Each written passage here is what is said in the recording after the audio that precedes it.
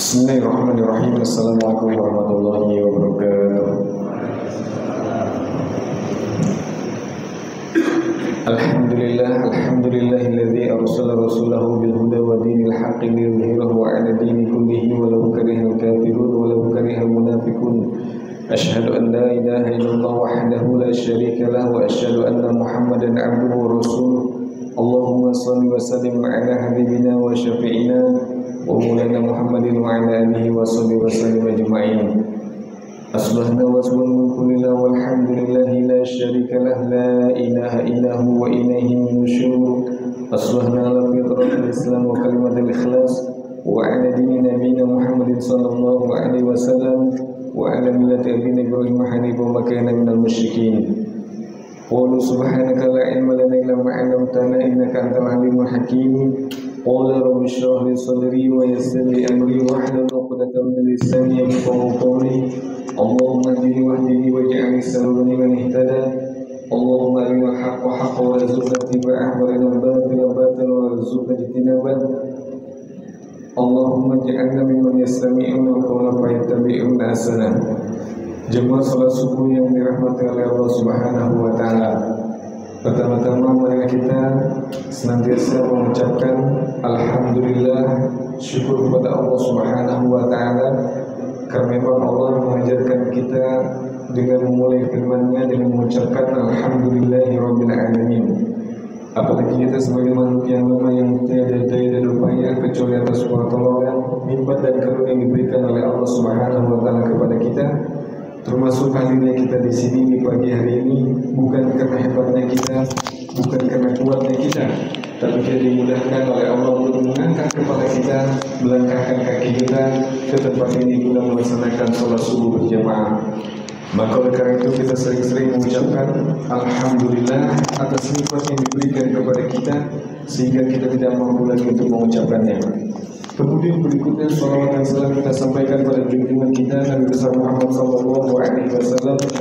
Allahumma shalli wa sallim wa barik alaihi. Dan juga kita sampaikan salawat dan salam kita kepada keluarga beliau, sahabat beliau dan semua orang yang mengikuti jalannya dan meninggal dalam keadaan muslim. Hadirin kaum muslimin yang dirahmati oleh Allah Subhanahu wa taala. Gimana kabar semuanya, sehat ya? Alhamdulillah.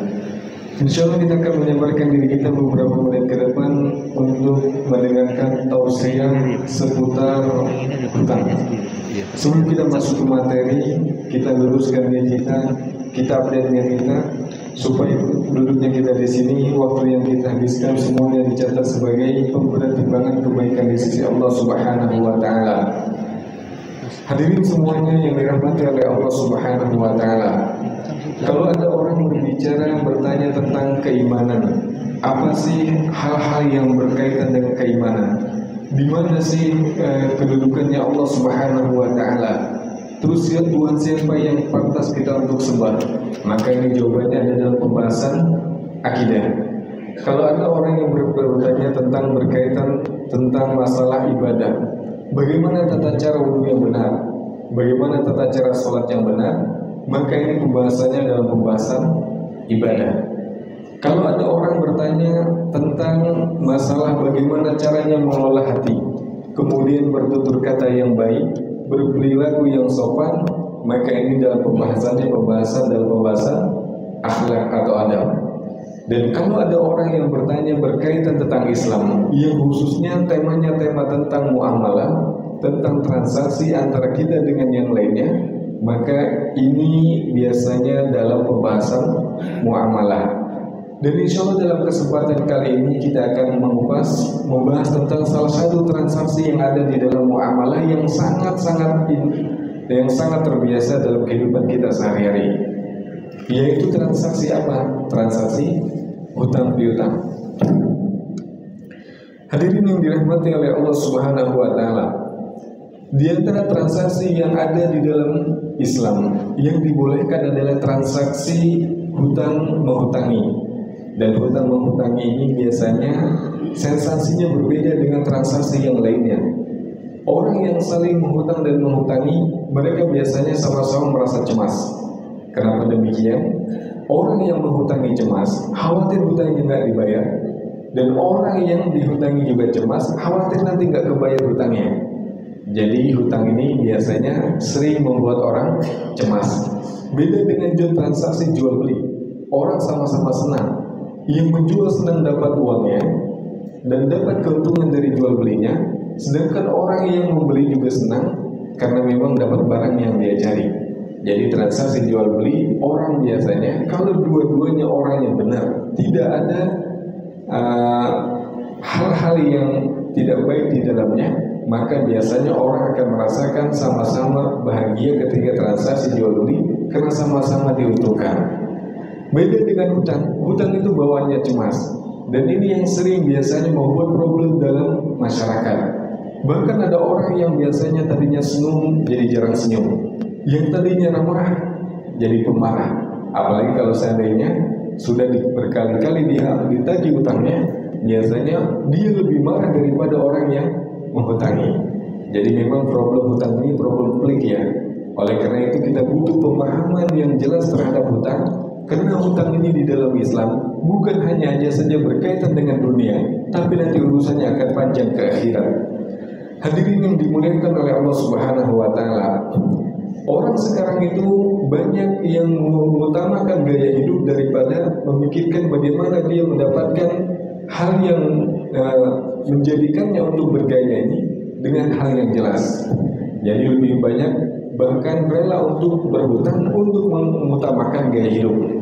Dan ini fenomena banyak sekarang ya. Ada orang misalkan HP-nya bagus, tapi rupanya dia dapat HP tersebut dengan hutangan. Ada orang misalkan kemudian kendaraannya bagus dan dia juga dapat hutangan dan lain sebagainya, padahal mungkin kemampuannya untuk melunasi hutang tersebut tidak ada. Tapi demi gaya hidup, banyak orang rela melakukan hutangan untuk melihatkan kepada orang lain bagaimana yang dia miliki, kemudian juga untuk menampakkan kepada orang yang lain bagaimana kemampuan dia. Maka oleh karena itu orang-orang sekarang ini banyak yang meremehkan hutang. Dan hutang orang sekarang beda dengan orang dulu. Bedanya bagaimana? Orang dulu itu kalau mencari hutangan itu susah sekali, harus keluar rumah, kadang-kadang gerimis-gerimisan, bahkan hujan-hujanan, sudah datang ke rumah tetangga atau ke rumah saudara, menampakkan wajahnya di hadapan tetangganya, dan belum tentu juga mendapatkan hutangan. Itu orang dulu ya. Kalau mau mencari hutangan, ada effort yang besar yang dikeluarkan, bahkan harus menampakkan mukanya di hadapan tetangganya. Kenapa? Karena ingin minta pinjaman, dan itu juga belum tentu dapat. Karena ada orang juga yang sudah susah payah keluar dari rumahnya, datang ke rumah tetangganya. Rupanya tetangganya mengatakan, maaf ya Pak, hari ini saya lagi banyak keperluan, atau bulan ini karena banyak pengeluaran belum bisa membantu Bapak dan meminjamkan uang yang mau Bapak butuhkan. Dan itu semuanya mungkin kita pernah merasakannya. Orang sekarang ini berbeda. Fenomena zaman sekarang, hutangan itu gampang sekali. Ada sebagian orang itu nggak perlu keluar rumah, bahkan sambil tidur-tiduran di tempat tidurnya dia bisa dapat hutangan. Dan ini fenomena ini banyak sekali, apalagi dengan diri tidak ada pemahaman yang baik tentang hutang, orang-orang meremehkan hutang, sehingga ini jadi problem di masyarakat. Karena bagaimanapun ada sebagian itu berpikir ya, saya kan nggak pernah ketemu dia, saya kan nggak pernah berbicara langsung dengan dia. Kalau saya pinjam hutangan, kemudian setelah itu HP-nya saya matikan, kartu perdananya saya kemudian buang, dia menganggap, sebagian orang menganggap urusannya sudah selesai. Padahal ini belum selesai. Kenapa? Karena orang juga nggak bodoh-bodoh amat. Ketika mereka memberikan pinjaman, mereka juga sudah memikirkan bagaimana kalau seandainya ada kejadian-kejadian yang tidak diinginkan terjadi, maka mereka sudah mengantisipasinya. Jadi orang yang berpikiran misalkan, saya mau pinjaman nih, pakai pinjaman online, dan setelah itu HP-nya dimatikan, kartunya dibuang, merasa sudah lepas dari orang yang sudah meminjamkan dan tidak akan dikejar-kejar lagi. Padahal tidak sadar, setelah dia menggunakan aplikasi pinjaman online ini, itu kan ada konfirmasi untuk diizinkan mengakses kontak yang ada di HP kita. Jadi semua kontak yang ada di HP kita mereka dapatkan, HP tetangga, nomor HP keluarga, nomor HP kemudian saudara, semuanya tahu.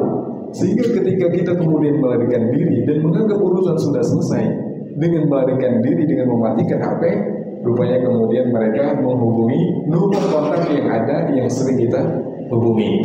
Jadi yang tadi hutangnya cuma kita dan mereka yang tahu, nggak ada yang tahu.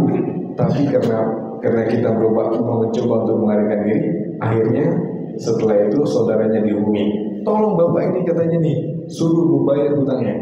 Kemudian tetangganya juga dihubungi. Tolong bapak ini nih punya hutang kepada kita, suruh bayar hutangnya. Yang tadinya nggak ada yang tahu, tetangganya tahu, keluarganya tahu, kemudian semuanya tahu.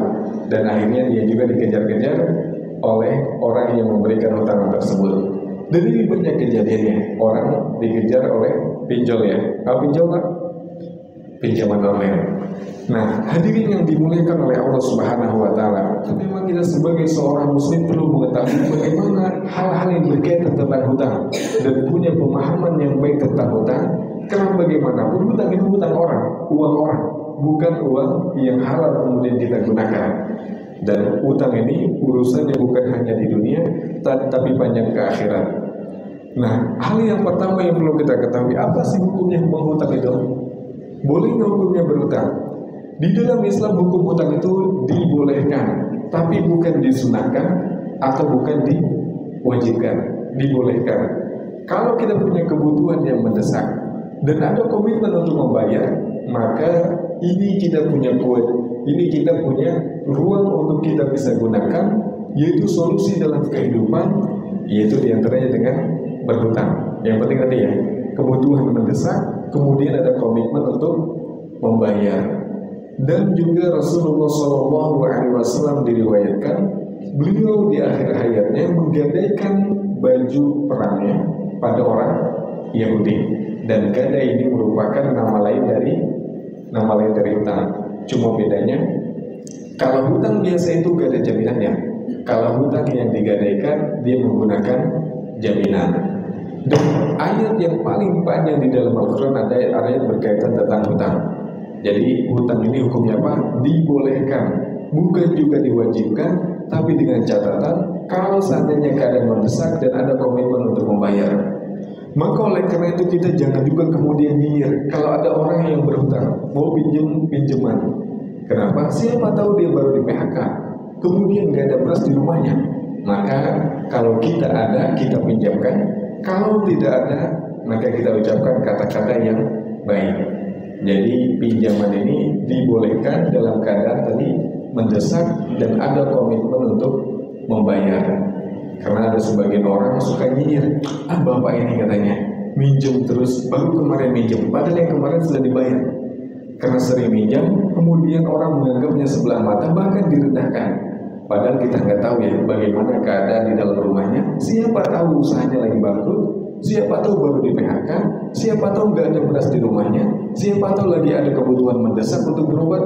Maka meminjam ini dibolehkan, yang penting tadi ada komitmen untuk membayarnya. Dan hidupkan biasanya berhutang, dan itu juga bisa menimpa siapa saja. Siapa tahu di antara kita mungkin sekarang nggak punya hutang, di hari kemudian punya keperluan mendesak untuk berhutang. Hadirin yang dirahmati oleh Allah Subhanahu wa Ta'ala, kebalikannya, kalau seandainya ada orang kemudian berhutang untuk memenuhi gaya hidup, dia kebutuhan mendesak enggak, kemudian juga ditambah tidak ada komitmen untuk membayar, maka hati-hati. Ini berarti sama dengan meremehkan hutang, dan ini ancaman yang ada di dalam agama. Rasulullah SAW pernah mengatakan dalam riwayat yang sahih, nafsul mu'mini mu'allaqatun bidainihi hatta yuqda'anhu. Jiwa seorang yang beriman itu nanti di akhirat dia akan terkatung-katung dengan hutangnya sampai hutangnya dilunasi. Jadi luar biasa, urusan hutang ini panjang, bukan hanya di dunia tapi juga sampai di akhirat. Imam Al-Iraqi mengatakan, kenapa disebut apa yang dimaksud terkatung-katung? Karena dia maksudnya terkatung-katung itu tidak ada kejelasan. Apakah nanti ada kemudian keputusan dia akan termasuk orang-orang yang masuk ke dalam surganya Allah Subhanahu wa Ta'ala, atau termasuk ke dalam kelompok yang lainnya? Maka semuanya seperti digantungkan sampai nanti urusan yang berkaitan dengan hutangnya itu selesaikan. Jadi ini salah satu ancaman dari Rasulullah SAW. Dalam riwayat yang lain Rasulullah SAW berkaitan dengan hutang ini, biasanya kalau ada orang yang meninggal dan mau disolatkan di Masjid Nabawi, maka Rasulullah SAW biasanya ngecek dulu. Beliau akan bertanya kepada para sahabat, si fulan ini yang baru meninggal ini yang mau disolatkan punya hutang apa enggak? Kata sahabat, punya ya Rasulullah. Rasul mengatakan apa? Solatkanlah oleh kalian. Nah, di kesempatan yang lain karena sahabat tahu Rasul tidak mau menyolatkan orang yang punya hutang, maka ketika ada yang meninggal berikutnya, Rasul pernah bertanya, si fulan ini punya hutang apa enggak? Maka sahabat mengatakan, iya ya Rasulullah, dia punya hutang. Tapi kata sahabat, aku yang akan menanggungnya Rasulullah, aku akan melunasi hutangnya. Akhirnya Rasulullah SAW kemudian ikut menyalatkan orang tersebut. Jadi kalau seandainya sekarang Rasulullah SAW hadir di masjid ini, kemudian ada yang meninggal di sini dan ditanya, punya hutang nggak ini orangnya? Punya ya Rasulullah, hutang cicilan ini, cicilan itu, cicilan ini. Kemudian nggak ada yang menanggungnya, maka dipastikan Rasulullah SAW tidak mau menyalatkan orang tersebut. Hadirin yang dimuliakan oleh Allah Subhanahu wa Ta'ala, dalam riwayat yang lain itu, bahkan seorang mujahid, orang yang mati di medan perang yang paling mulia, matinya orang yang paling mulia, dan matinya orang yang mati syahid. Dan mereka punya keutamaan yang banyak, namun mereka akan tadi ya terkatung-katung nasibnya nanti di akhirat kalau mereka meninggal dalam membawa hutang. Jadi hutang ini pelik urusannya, banyak ancamannya dari Rasulullah SAW. Maka oleh karena itu kita perlu mencermati dan harus hati-hati terhadap hutang. Kita ingat-ingat lagi, adakah hutang yang belum dibayarkan? Adakah misalkan hutang yang belum dilunasi? Kalau ada maka kita lunasi, karena nanti urusannya panjang sampai di akhirat. Hadirin yang dimuliakan oleh Allah Subhanahu wa Ta'ala. Kemudian berikutnya, hutang ini perlu dicatat kan? Perlu dicatat apa kan? Perlu. Sunnah atau wajib? Wajib. Sunnah atau wajib? Sunnah. Ayat yang terpanjang di dalam Al-Quran adalah ayat berbicara tentang hutang. Surat Al-Baqarah 282. Allah berfirman, ya ayyuhalladzina amanu idza tadayantum bidainin ila ajalin musamman faktubuh. Wahai orang-orang yang beriman, kalau kalian melakukan transaksi hutang untuk masa tempo tertentu, maka catatlah. Jadi ada perintah untuk mencatat. Namun perintah ini apakah wajib?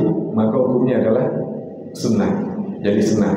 Oleh karena itu kalau suatu hari misalkan kita datang ke tetangga kita, Assalamualaikum, waalaikumsalam, apa kabar Pak?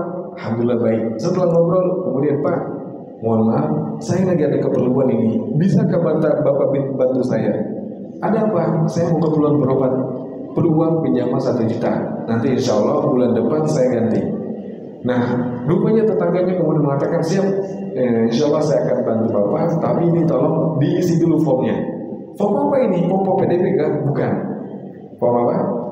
Form untuk komitmen hutang. Jadi kalau ada orang kemudian menyodorkan kita dan kita lagi mau pinjam hutang dan disodorkan untuk mengisi form tersebut, maka jangan kesinggung. Wah Bapak ini baru 1 juta doang gitu kan, sudah minta dicatat gitu kan, kayak nggak kenal saya aja. Nah berarti nggak pernah ngaji dia. Ada di dalam Al-Quran ayat yang terpanjang yang berkaitan dengan hutang, yang menganjurkan untuk hutang itu dicatat. Kenapa? Sebagai antisipasi. Siapa tahu habis itu besoknya lupa. Karena biasanya banyak orang yang tadinya ingat semuanya, pas punya utangan kemudian lupa semuanya, gitu kan? Bahkan nggak ingat dengan tetangganya. Dan ini khawatir, apalagi kalau hutangannya besar ya. Kalau hutangannya besar, ember-emberan gitu, maka catatan ini penting sekali. Karena kalau seandainya ada sesuatu yang tidak diinginkan di kemudian hari dan kita mau menggugatnya di pengadilan karena uangnya besar ya, maka surat tersebut bisa menjadi bukti kita. Tapi kalau datang ke pengadilan kemudian mengadukan hutangnya, mana buktinya? Nggak ada. Mana catatannya? Nggak ada. Mana saksinya? Nggak ada. Ya saya modal percaya aja Pak. Ya nggak bisa ya. Kalau dalam hitungan pengadilan semuanya harus ada buktinya. Oleh karena itu ini perlu juga mungkin kita biasakan, ya. karena memang ada anjurannya di dalam Al-Quran. Dulu waktu di kuliah ada senior yang sudah lulus yang kerja di kedutaan, otomatis sudah ada penghasilan yang lebih lah. Maka biasanya teman-teman kalau ada keperluan itu suka datang kepada kakak kelas yang udah kerja ini, mau pinjam duit, UUD, ujung-ujungnya duit.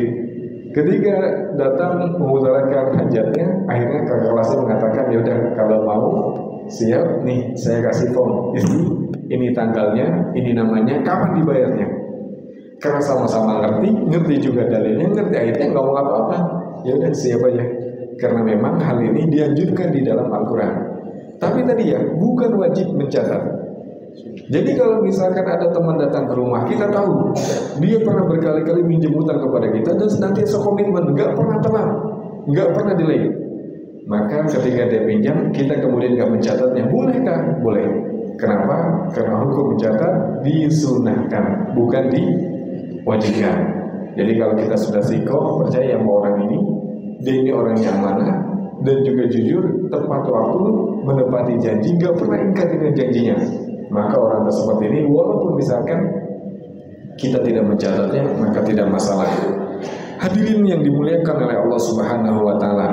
Jadi intinya itu ya, kalau disodorkan form, bukan form PPDB ya, form hutang, maka jangan kesinggung. Kenapa? Karena ada ayatnya Al-Baqarah 282. Hadirin yang dimuliakan oleh Allah Subhanahu wa Ta'ala. Terus gimana kalau seandainya ada orang yang minjem hutang kesulitan dia? Maka kita berikan tempo waktu, wajib hukumnya berikan tempo waktu. Misalkan ada orang datang ke kita, Pak minjem uang 1 juta ya, nanti minggu depan atau bulan depan saya lunasi hutangnya. Ditunggu 1 bulan, rupanya nggak ada yang datang. Pas datang dia mengatakan, Pak mohon maaf karena bulan ini banyak keperluan, kemudian juga uangnya juga nggak banyak, akhirnya saya belum bisa bayar hutang bulan ini. Bolehkah saya minta penangguhan untuk dikasih tempo tambahan? Maka dalam hal ini hukumnya apa? Wajib memberikan waktu tambahan. Kenapa? Karena di ayat sebelum ayat yang tentang hutang tadi 279 atau 280 ya, Allah berfirman, wa in kana dzu usratin fanadhiratun ila maisarah. Kalau ada orang yang kesulitan bayar, maka wajib memberikan tempo waktu tambahan ya. Wa anta saddaqu khairul lakum. Tapi ada pilihan yang kedua. Apa itu? Kalau mau memaafkannya, maka itu lebih baik. Jadi itu pilihan. Memberi tempo hukumnya apa? Wajib. Memaafkan hukumnya apa? Sunnah. Nah, dalam hal ini nyambung dengan ada kata ulama 3 hal. Sunnah lebih utama dari wajib. Di mana-mana wajib lebih utama dari sunnah. Salat subuh dengan qobliyah subuh, mana yang lebih afdal? Salat subuh ya. Kemudian puasa Ramadan dan puasa daun, mana yang lebih afdal? Puasa Ramadan karena wajib. Tapi ada 3 hal di dalam Islam sunnah lebih utama dari wajib. Apa itu? Yang pertama adalah khitan. Khitan sebelum balik hukumnya sunnah. Khitan sesudah balik hukumnya wajib. Mana yang lebih afdal? Khitan sesudah balik apa khitan sebelum balik? Khitan sebelum balik. Jadi dalam hal ini sunnah lebih utama dari wajib. Kemudian mengucapkan salam hukumnya apa? Sunnah. Menjawab salam hukumnya apa? Wajib. Mana yang lebih afdal? Menjawab salam, mengucapkan salam. Mengucapkan salam. Kenapa? Karena ada hadis yang lainnya. Kalau 2 orang muslim bertemu, maka orang yang paling terbaik di antara mereka adalah orang yang pertama kali mengucapkan salam. Jadi kalau ketemu dengan papasan, dengan bapak-bapak jamaah yang lainnya, buruan ucapkan salam, assalamualaikum, karena ini sunnah, tapi sunnah lebih afdal dari wajib.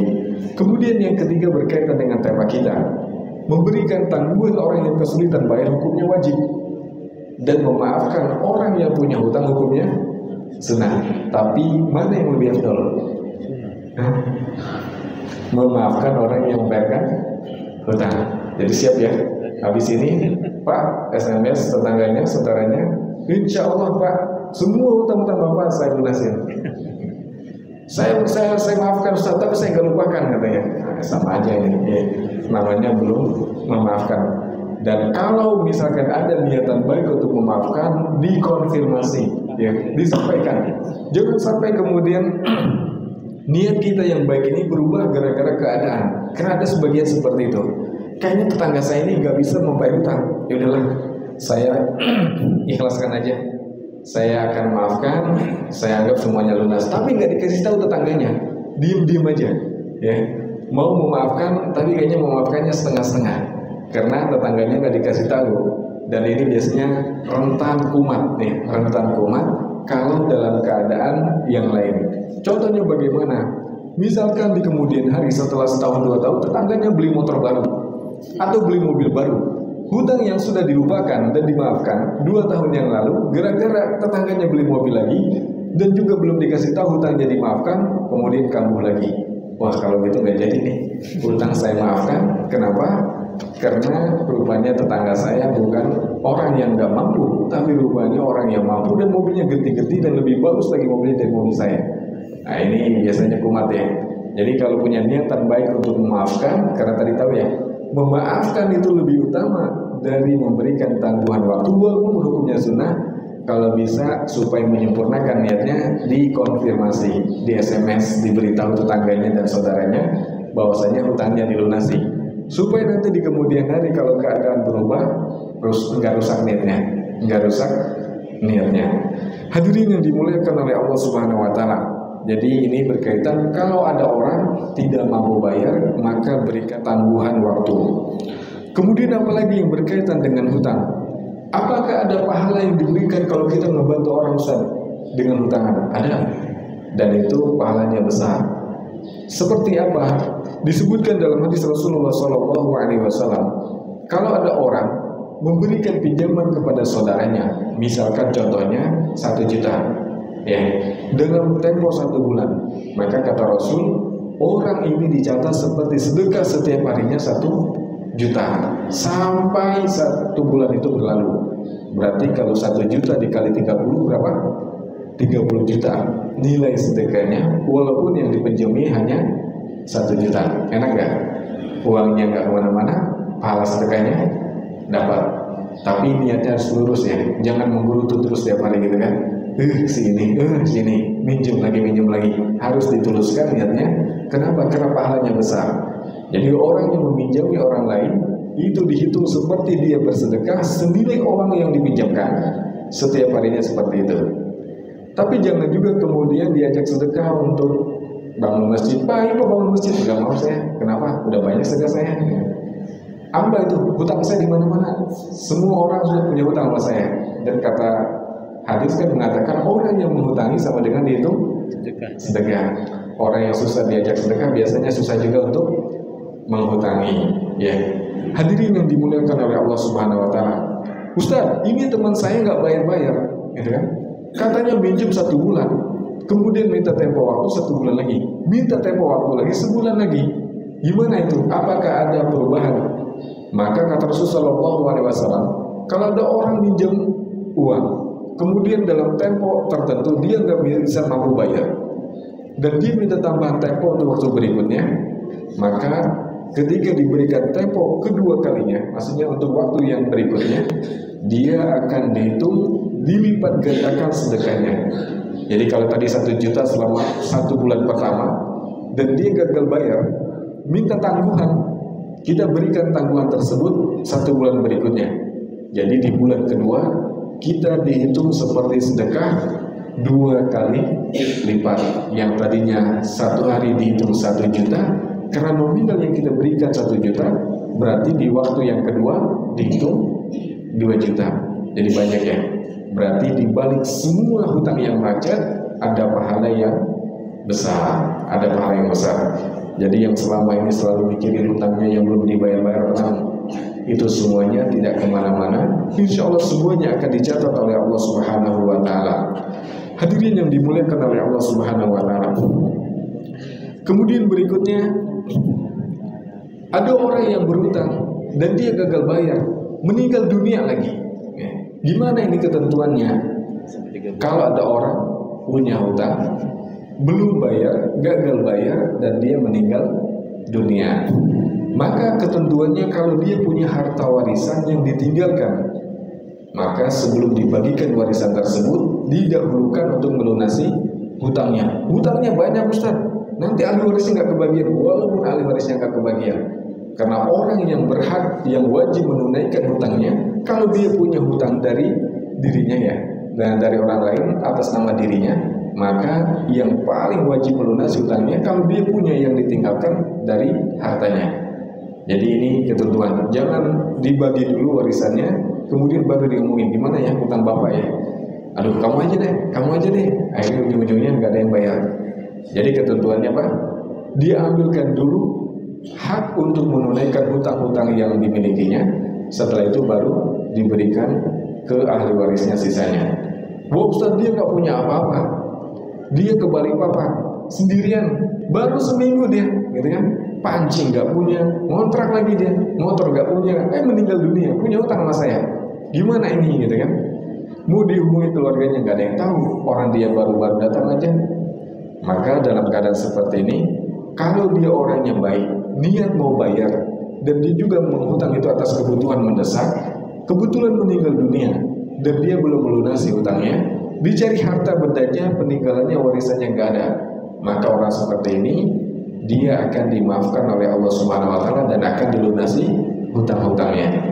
Karena memang disebutkan di dalam hadis, siapa yang mengambil harta uang orang dengan pinjaman, niat untuk membayarnya, kemudian dia meninggal dunia, maka Allah akan melunasinya nanti di akhirat. Dan siapa yang mengambil pinjaman, niat untuk membayarnya, bukan niat untuk membayarnya, tapi untuk bermain-main, menyepelekan, meremehkan, maka dan dia tidak ada niat untuk membayarnya, maka nanti dia juga Allah binasakan. Jadi ini ya, kalau ada orang yang baik, komitmen, rajin sholat, dan dia berhutang juga karena mendesak, maka kalau dia meninggal dan gak ada harta warisannya, ketentuannya berbeda dengan orang yang meremehkan hutang, ada juga kemudian uang-uangnya dan dia tidak membayarkan hutangnya, maka itu berbeda keadaannya dengan orang yang tadi. Kalau orang yang tadi nanti akan dilunasi hutangnya oleh Allah Subhanahu wa taala. Tapi kalau ada orang yang punya hutang dan dia meremehkan hutang, maka nanti akan ditagih di akhirat oleh orang-orang yang pernah mengutanginya. Ya Allah, dia dulu punya hutang sama saya, mobilnya banyak, rumahnya banyak, tapi memang karena dia menyepelekan hutang, kemudian dia tidak membayar, dia juga tidak mencatatnya. Saya menagih ke keluarganya nggak mau bayar karena katanya nggak ada catatannya. Maka saya sekarang ya Allah minta keadilan di akhirat ya. Saya minta menagih hutang-hutang saya dulu. Maka Allah akan memberikan keadilan, yaitu dengan gimana cara membayarnya? Dengan membayar dengan kebaikan-kebaikan pahala yang pernah dia kumpulkan. Oleh karena itu, kalau punya hutang, kalau kita punya rupiah, lunasilah dengan rupiah segera. Sebelum nanti di akhirat kita membayarnya dengan pahala-pahala kebaikan. Rupiah di dunia bisa dicari lagi, pahala di akhirat tidak bisa dicari lagi, karena tidak ada lagi kesempatan untuk beramal ketika sudah di akhirat. Jadi ini ketentuan, kalau ada orang meninggal dunia, satu meremehkan, kemudian ada hartanya, satu tidak meremehkan, dia komitmen, tapi memang karena nggak punya apa-apa, maka berbeda keadaannya ketika di akhirat nanti. Hadirin yang dimuliakan oleh Allah Subhanahu wa taala, ada orang kaya menunda-nunda hutangnya. Gimana ini? Maka itu termasuk kezaliman. Rasulullah SAW mengatakan, mutlul ghani zulmun, dalam riwayat Imam Bukhari. Menunda-nunda orang yang mampu membayar hutang, dan dia menunda-nundanya, nanti aja lah, karena ada seperti itu ya. Bukan karena dia nggak mau bayar, karena alasan sibuk, nggak sempat transfer, menyepelekan, kemudian menanti-nanti. Maka kalau itu sudah jatuh tempo, itu semuanya dihitung sebagai perbuatan yang zalim. Jadi kalau kita punya hutang, kita komitmen nih, bulan depan dibayar, maka kita ada uang bayar. Kenapa? Kalau tidak membayarnya dan sudah jatuh tempo, itu termasuk kezaliman. Dan kita diperintahkan untuk komitmen dengan apa yang kita ucapkan. Allah mengatakan, ya ayyuhalladzina amanu aufu bil uqud, wahai orang-orang yang beriman, tepatilah janji, tepatilah komitmen. Jadi jangan sampai kemudian kita tidak berkomitmen. Hadirin yang dimuliakan oleh Allah Subhanahu wa taala, hal yang lain yang berkaitan dengan hutang, Ustaz, saya niat bayar. Alhamdulillah habis pengajian ini saya mau bayar hutang. Ya. Saya memang ada hutang. Sebelumnya saya agak remeh aja, tapi rupanya mengerikan juga. Cuma masalahnya orang yang menghutangi saya nggak ada, Ustaz. Gimana ya? Dicari-cari nomor HP-nya nggak ada, saudaranya nggak ada, di Facebooknya juga nggak ada, Instagramnya juga nggak ada. Maka kalau ada seperti ini, kita kemudian sedekahkan atas nama sejumlah uang yang kita pinjam darinya sebagai bentuk deposit ya. Kalau nanti suatu waktu di akhirat datangi lagi tiba-tiba dia menuntut kita, maka sudah ada depositnya. Jadi seperti itu. Jadi jangan mengatakan alhamdulillah bapak ini pindah rumah gitu kan. Gak enak saya punya hutang sama bapak ini gitu kan. Rupanya dia dimutasi, pindah ke sana, nggak tahu dia balik ke enggak gitu kan. Alhamdulillah ya. Hutang itu kalau belum ada pemaafan dari pemiliknya, maka tetap ada kewajiban kita untuk melunasinya. Walaupun misalkan dia nggak menagih, kalau dia belum memaafkan berarti harus ada pelunasan. Nah, Ustadz, saya sudah mendepositkan, saya sedekahkan ke Masjid Jabalus Salam atas nama bapak ini 5 juta. Setahun kemudian dia datang lagi ke sini, gitu kan? Sholat di sini, kaget saya, gitu kan? Kirain saya sudah lost kontak. Udah saya juga sedekahkan 5 juta. Dia datang lagi, nagih lagi ke saya, gitu kan? Pak, gimana kabarnya sehat kan? Masih ingat kan? Bapak punya utang sama saya. Gimana itu? Sudah saya sedekahkan atas namanya, karena dicari-cari sebelumnya nggak ada juga alamatnya, nomor kontaknya juga nggak ada. Maka dalam keadaan seperti ini, karena ini berkaitan dengan hak orang di dunia, maka kita tetap punya kewajiban untuk membayarnya. Kenapa? Karena urusannya di dunia, bukan di akhiratnya. Masih di dunia dan juga belum ada kata maaf darinya, belum ada misalkan digugurkan hutangnya. Maka dalam keadaan seperti itu, kalau bapak ini nagih lagi, walaupun kita sudah sedekahkan sebelumnya atas namanya, tetap kita punya kewajiban untuk membayarnya. Kecuali kalau misalkan kita bisa bernegosiasi, Pak, waduh, kemarin saya punya utang, gitu kan? Kemudian saya ada uang juga, saya cari-cari bapak nggak ada. Nah, akhirnya saya sedekahkan sejumlah nominal utang saya ke bapak. Nah, gimana nih? Bapak sudah saya transferkan duluan, gitu kan, untuk jadi pahala. Apakah bapak mau pahala yang ini atau mau uangnya aja yang cash? Dan orang ini kebetulan baik adalah kalau begitu sudah disedekahkan atas nama saya, berarti masuk ke pahala bapaknya. Kalau bapaknya menerima, alhamdulillah. Tapi kalau nggak menerima, maka tetap kewajiban kita nggak gugur ya, karena masih ada di pundak kita dan kita masih berada di dunia. Hadirin yang dimuliakan oleh Allah Subhanahu Wa Taala. Hal yang berikutnya yang berkaitan tentang hutang. Ustadz, saya mau umroh nih, gitu kan? Kemudian satu sisi punya utang, mana yang didahulukan? Bayar hutang dulu atau umroh dulu? Mana yang didahulukan? Nah, bayar hutang dulu atau umroh dulu? Kan sekarang nih ada, ya, biasanya seperti itu. Hutang dulu, umroh dulu. Dilihat temponya ya. Misalkan kapan jatuh tempo hutangnya? 6 bulan lagi. Kapan umrohnya? Bulan depan. Kalau mungkin ada kemungkinan dan gambaran kita bisa melunasi hutangnya ketika jatuh tempo, setelah kita pergi umroh, maka tidak masalah. Karena belum jatuh tempo, 6 bulan lagi, masih lama, kan? Dan kita perjanjiannya nanti setelah 6 bulan saya bayar. Dan kebetulan uangnya sudah ada duluan lebih cepat. Dalam keadaan seperti ini, kalau misalkan kita mau umroh dulu, dibolehkan. Kalau mau umroh, yang penting punya gambaran, nanti bisa melunasi umrohnya tepat waktu ketika jatuh tempo. Tapi kalau misalkan kapan umrohnya? Bulan ini Ustaz. Jatuh temponya kapan? Bulan ini. Nah, ini berarti harus didahulukan hutang. Karena ketika hutang itu jatuh tempo, berarti sudah wajib kita lunasi sesuai dengan kesepakatan. Jadi seperti itu ya. Baik, yang terakhir, umroh dengan hutangan, boleh apa enggak? Sekarang ini banyak program, berangkat dulu bayar, kemudian, boleh apa enggak? Yang keren, hutang. Boleh apa enggak? Boleh, kalau seandainya ada gambaran membayarnya. Tapi kalau buat perusahaan, ini lebih beresiko, ya. Membuka program, berangkat dulu bayar, kemudian kalau untuk perusahaan ya, untuk bisnis lah, ini nggak sehat. Kenapa? Kalau perputaran uangnya macet, selesai sudah. Dan banyak travel tutup gara-gara membuka program berangkat dulu bayar kemudian, karena perusahaan harus muter duitnya kan. Gak mungkin dia kalau seandainya uangnya nggak muter pasti dia akan nungguin. Tapi kalau secara personal pribadi orang melakukan umroh dan dengan biaya hutang, dibolehkankah? Dengan catatan dia punya gambaran untuk melunasinya. Ada gajinya kelihatan misalkan, tapi nggak bisa kemudian dikumpulkan dengan cepat dalam tempo yang singkat, jumlah yang banyak, sehingga dia harus pakai hutangan.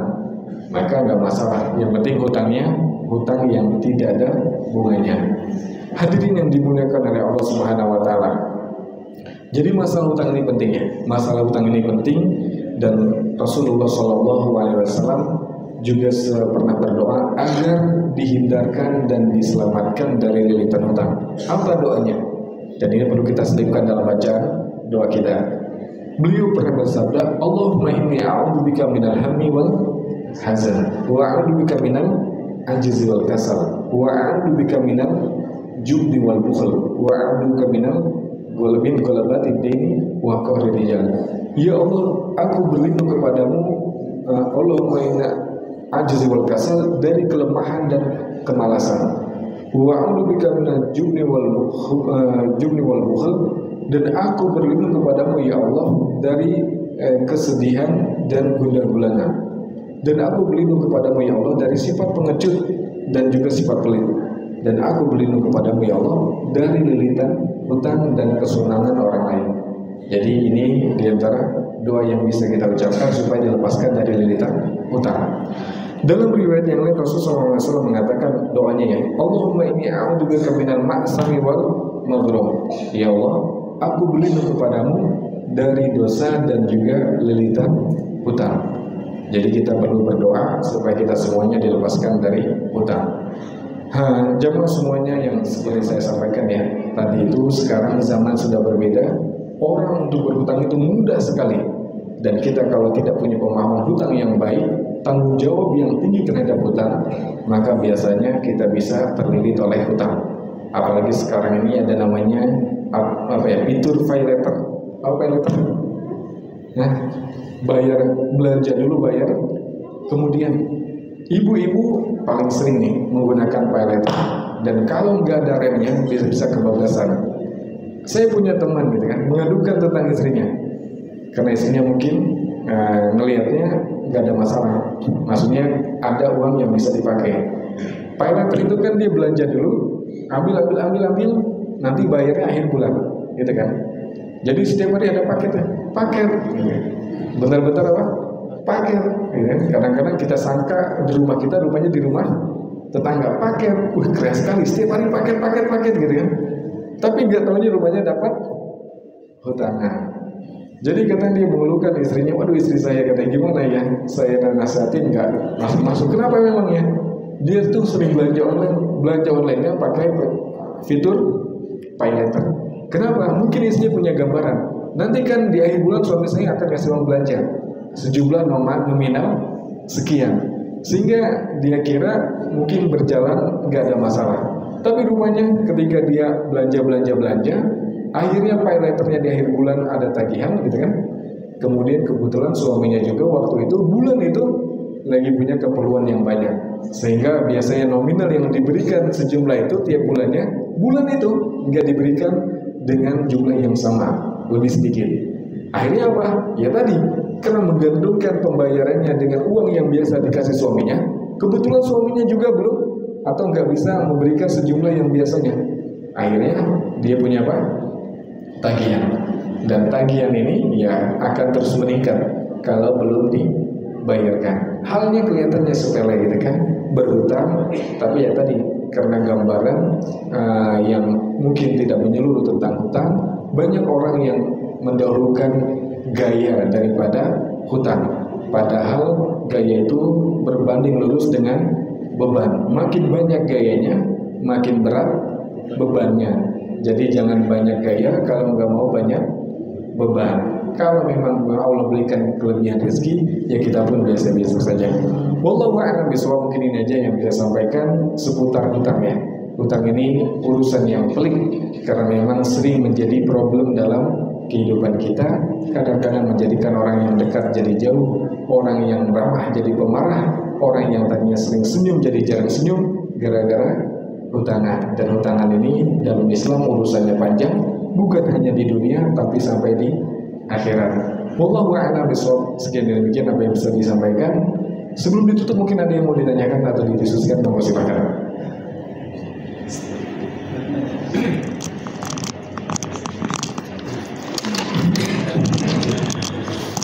Bismillah. Assalamualaikum warahmatullahi Wabarakatuh. Jika seseorang tuh punya hutang, tapi yang berhutang itu meninggal dunia. Nah, terus kita yang mengutangin ini, dia tahu dia tidak sanggup bayar, kita mengikhlaskan, itu dibolehkan enggak? Itu satu, Ustaz. Kedua, jika orang itu berhutang meninggal, si penghutang itu yang menghutang itu meninggal. Nah, terus yang dihutang ini mau bayar. Itu kita bayarnya tuh apakah uang itu bisa kita sedekahkan pahalanya untuk si pemberi utang atau kita bayar ke ahli waris? Itu gimana, Ustaz? Ya. Yang pertama ya, kalau hutang kepada kita dan dia meninggal dunia, kita mengikhlaskannya boleh apa enggak? Dibolehkan, bahkan dianjurkan. Karena tadi memberikan tanggungan kepada orang yang tidak mau membayar hutang hukumnya apa? Wajib. Memaafkan, mengikhlaskan. Ya. Jadi kalau saya tadi sebut memaafkan maksudnya adalah mengikhlaskan, menghapus hutangan-hutangan yang ada pada diri kita ya. Maksudnya yang kepada kita. Maka dalam hal ini sangat dianjurkan. Jangan nunggu orang meninggal baru mengikhlaskan. Orang yang masih hidup saja dibolehkan kalau kita mau memaafkan, menggugurkan atau menghapus hutangan orang-orang yang berhutang kepada kita, dan itu merupakan perbuatan yang terpuji dan pahalanya besar ya. Karena tadi termasuk sunnah yang lebih afdal dari wajib. Jadi seperti itu. Nah, kalau orang yang pernah menghutangi kita dan dia meninggal dunia, bagaimana baiknya?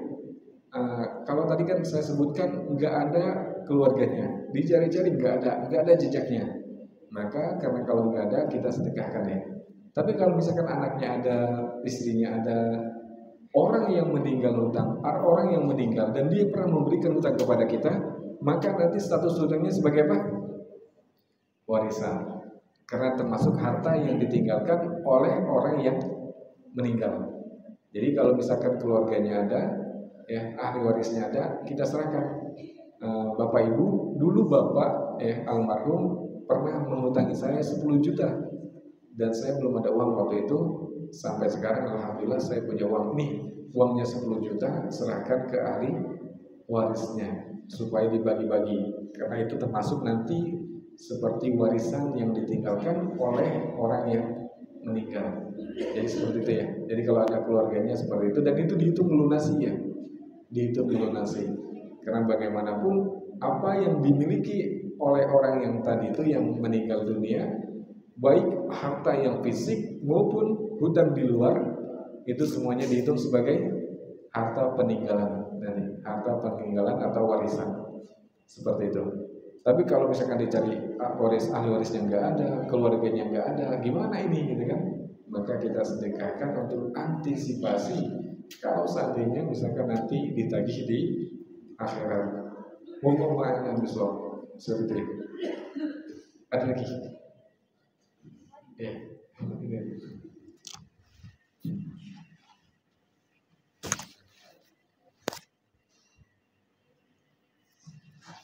Assalamualaikum Ustaz.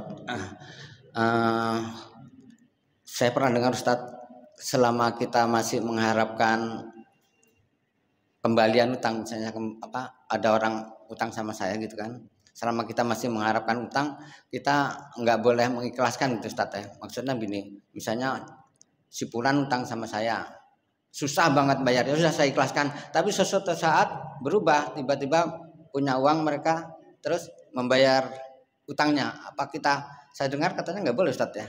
Itu yang pertama Ustaz. Yang kedua, kasus utang piutang ini kalau kita ikhlaskan kan pahalanya besar Ustaz. Apa ini berlaku juga misalnya kasus penipuan gitu ya kan, misalnya online penipuan gitu, ya udah kita ikhlaskan aja sudah, itu hukumnya apa, sama-sama dengan kita utang piutang Ustaz. Itu aja Ustaz, terima kasih. Yang pertama tadi, gimana kalau ada orang yang kita ikhlaskan kemudian dia membayar lagi, gitu, di kemudian hari? Ya tadi ya, kalau kita niatnya benar mengikhlaskan, maka sebaiknya dikonfirmasi, jangan diam-diaman gitu kan. Diam-diaman ini antara mengikhlaskan dengan mengharapkan. Jadi satu sisi mengikhlaskan, satu sisi mengharapkan, gitu kan. Jadi kalau kita misalkan, udahlah saya kasih pilihan ya, saya maafkan, saya lunaskan, selesai urusan. Tapi misalkan, adalah saya akan mengharap pahala aja dari bapak ini. Kalau misalkan dia nggak mampu bayar utang, maka nggak apa-apa, saya nggak akan tagih. Tapi saya berharap mengharapkan pahalanya, gitu kan, sampai bapak itu nanti bisa membayarnya. Ya, itu boleh kan? Boleh saja seperti itu. Jadi tetap dicatat sebagai utang, karena kita juga pengen kebaikan juga, tapi nggak neror terus. Karena ada juga yang mengharapkan pahala tapi neror terus gitu kan. Pak gimana Pak? Pak besok gimana nih? SMS nih, istrinya di SMS, anaknya di SMS, semuanya di SMS gitu kan. Semua warga tahu. Ya itu berarti ya dia memang mengharapkan segera dibayarkan ya. Jadi kalau yang tadi itu yang pertama ya. Yang pertama harus dikelirkan, memang dikelirkan, jangan setengah-setengah ya. Kalau mau maafkan, maafkan. Kalau mau menanti ya nanti, menantikan, mengharapkan ya udah bilang saja. Terserah mau bayar kapan, saya tidak ada masalah gitu kan. Semoga ini semuanya dihitung sebagai sedekah. Tapi kalau memaafkan juga jangan diam, supaya orangnya juga berpikiran ya, dan dia tidak punya beban terhadap kita. Jadi seperti itu. Kalau yang kedua, gimana kalau kita ketipu oleh situs-situs online dan lain sebagainya ya, beli ini dapat ini dan lain sebagainya, tapi rupanya dibeli nggak dibayar, barangnya nggak dikirim-kirim. Apakah kita kalau mengikhlaskan kita bisa mendapatkan hal yang sama? Semua kebaikan ada pahalanya, semua kebaikan adalah pahalanya. Termasuk misalkan ketika misalkan kita ditipu oleh jual online dan lain sebagainya, mau dicari nggak tahu rumahnya, mau ditelepon nggak ada nomor HP-nya, gitu kan? Tapi uangnya sudah dikeburu ditransfer, nggak bisa juga balik lagi. Ya kalau kita mau misalkan ya Allah, saya akan tagih dia nanti di akhirat. Bisa kayak itu bisa. Ya. Tapi kalau misalkan ya Allah, ya adalah catatlah ini sebagai sedekah saya, sedekah kepaksa tapi ya. Sedekah saya mengharapkan balasan yang terbaik dari beliau. Nah, maka itu juga cukup ya. Maka itu bisa dua-duanya dikembalikan kepada mana yang mau kita pilih ya. Karena bagaimanapun hak manusia itu tidak akan gugur selama manusia itu tidak mengikhlaskannya atau meridhoinya. Tapi kalau kita bilang saya maafkan, berarti selesai sudah. Allah ganti insya Allah dengan dicatat sebagai sedekah. Tapi kalau misalkan saya akan tagih dia, pokoknya walaupun saya nggak kenal, Allah Maha tahu. Nanti saya akan tagih di akhirat. Boleh seperti itu, boleh, karena hak kita. Jadi kita menuntut seperti itu tidak masalah. Wallahu a'lam bishawab. Mungkin seperti itu ya, Pak. Demikian. Ada lagi? Bismillahirrahmanirrahim. Assalamualaikum warahmatullahi wabarakatuh. Waalaikumsalam. Terima kasih Ustadz. Pertanyaan saya berkenan dengan pinjaman juga. Ada orang yang meminjam pada kita dan dia menggadaikan seperti kayak kendaraan bermotor atau yang lainnya. Hukumnya apa kalau barang yang digadaikan itu kita gunakan? Karena saya pernah mendengar kalau barang yang digadaikan itu semacam kendaraan bermotor, yang digadaikan tersebut kita gunakan itu tidak boleh. Terima kasih. Assalamualaikum warahmatullahi wabarakatuh. Ada sebuah hadis dari Rasulullah SAW, kullu qardin jarabi manfa'a fahuwa riba. Setiap pinjaman yang ada keuntungan yang kita ambil, maka itu disebut dengan riba. Hutangkan dengan gadai ini beda tipis saja. Bedanya gadai ini kita mendapatkan jaminan. Nah, bolehkah jaminan yang dijaminkan itu kita gunakan? Maka ulama melarang. Kenapa? Nanti khawatir termasuk dalam hadis yang tadi itu. Kullu qardin jarabi manfa'a fahuwa riba. Setiap pinjaman yang ada manfaat yang kita ambil itu termasuk riba. Dan kita tadi menggunakan motor misalkan yang dijadikan jaminannya. Berarti motornya nggak boleh dipakai. Ini yang pertama ya. Beda dengan misalkan jaminannya barang hewan hidup, misalkan sapi, ya, kambing, karena dia butuh perawatan, harus dikasih makan. Kita boleh nggak ngambil susunya? Boleh, karena kita kan mengeluarkan kos juga, ya. Maka itu nggak apa. Tapi kalau motor kan didiemin ya begitu aja. 10 tahun didiemin gitu aja. Kalau sapi didiemin 10 tahun, mati dia. Nah ini beda ya. Nah kemudian gimana kalau kita mau memakainya?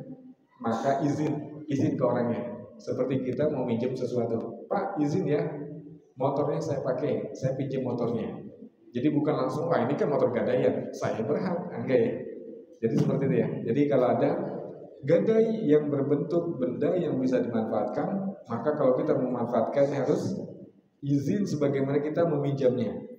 Karena kita meminjamnya dalam rangka izin, dalam rangka pinjaman, memakai dalam pinjaman, berarti itu semuanya dalam tanggungan kita. Kalau motornya kecelakaan, apa segala macam, gitu kan? Berarti kita bertanggung jawab karena akad memakainya, akad apa?